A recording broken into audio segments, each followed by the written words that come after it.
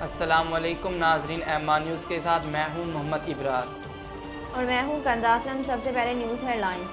पाकिस्तान मुस्लिम league नून की नायब सदर और पंजाब असम्बली के अपोजिशन लीडर के बेटे जुनैद सफदर के वलीमे की तैयारियां जारी। रिपोर्ट्स के मुताबिक जुनैद सफदर की शादी से मुंसलिक तमाम तर रसूमाती तकरीबात जारी हैं, जिसमें कवाली, नाइट्स और दीगर शामिल हैं।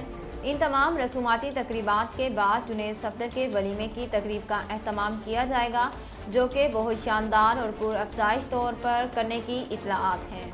वफाकी मशीर ख़जाना शौकत तरीन ने कहा है कि आलमी सतह पर पेट्रोल की कीमतें कम हुई तो हम भी करेंगे।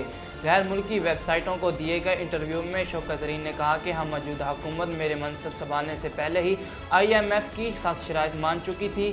मैंने उन्हें कड़ी शराइत में कुछ नरमी करवाई है।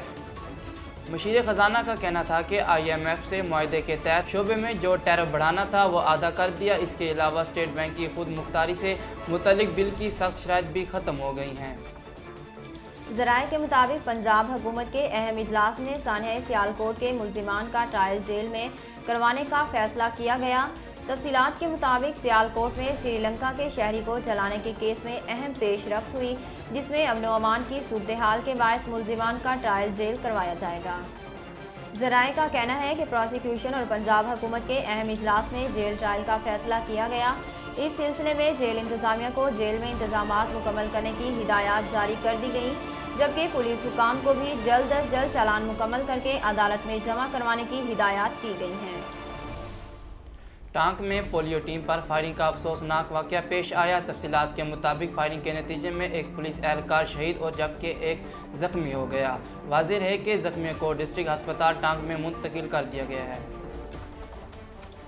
बांग्लादेश के खिलाफ टेस्ट मैच में नुमायां कारकर्दगी का मुजाहरा करने वाले क्रिकेटर साजिद खान ने कहा है कि पाकिस्तान का नाम रोशन करने पर इन्हें बेहद खुशी है। पिशावर पहुंचने के बाद अपनी क्रिकेट अकेडमी के दौरे के मौका पर साजिद खान का शानदार इस्तकबाल किया गया और इन पर फूलों की पत्तियां निछावर की गई। क्रिकेटर ने मीडिया से गुफ्तगू के दौरान कहा कि मेहनत करनी चाहिए, मेहनत कभी रायगा नहीं जाती। उन्होंने बांग्लादेश में शानदार कारकर्दगी का मुजाहरा करने पर खुशी का इजहार भी किया, जबकि इस मौका पर नौजवान क्रिकेटर्स ने इनके साथ सेल्फियां भी बनवाईं।